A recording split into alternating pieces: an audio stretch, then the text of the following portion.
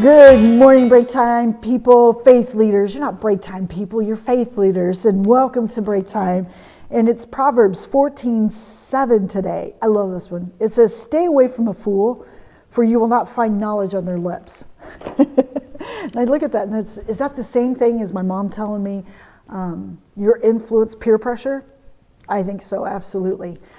And I think workplaces, though, are some of the most difficult places to stay away from foolish people, because you don't really have a choice. Well, yes, you do have a choice. You can always find other employment.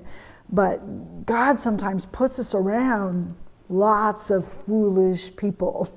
Now, a fool, according to Solomon, is somebody who does not have, will refuse the word of God as the authority in their life, who will continue to turn their back upon God. And so they've grown into the nature of what this world has created. And you know what? There's even some people who call themselves Christians, but yet are foolish because they're not living in wise understanding.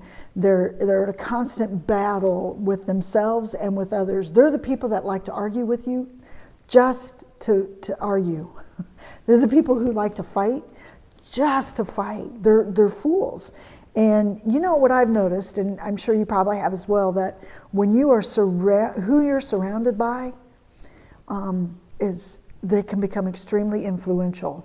I've noticed this in raising my children, that if they have a friend change, I can tell because of their language. But as adults, we can fall into the same category if we're not careful, because who we surround ourselves with is who we allow to influence us. Now, there is some truth about boundaries. You can create a boundary around yourself emotionally.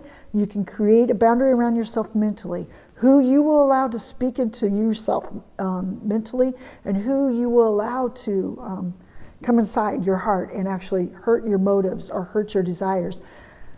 You have the power within you to choose that. You don't always get to influence who you allow to come into your physical boundaries, but you certainly can put up some strict boundaries mentally. So what I've noticed too is those fools have often made my faith go a lot deeper, because I stand firmly upon the truth that God has given me. So I'm going to ask you today, who have you surrounded yourself with? Do some of the people that you have allowed in those boundary areas need to be pushed back because you've realized that they're influencing you instead of you influencing them? So be very cautious of who you allow to cross those emotional and mental boundaries. God bless you today. Have a faithful day.